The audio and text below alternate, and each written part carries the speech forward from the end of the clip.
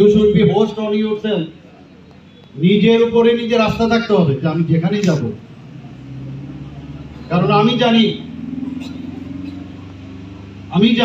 যে আমি কে, এবং আমি মানুষের জন্য চিন্তা করি, মানুষের খারাপের কথা চিন্তা করি না, দেশের রাজ্যের জন্য চিন্তা করি, দেশের জন্য চিন্তা করি। এর থেকে বড় শক্তি আর কি হতে পারে? তবে আজকে যে যুব মোর্চার উদ্যোগে এখানে আজকের যে আয়োজন, যুব দিবস আমরা পালন করছি, সার্থকতা।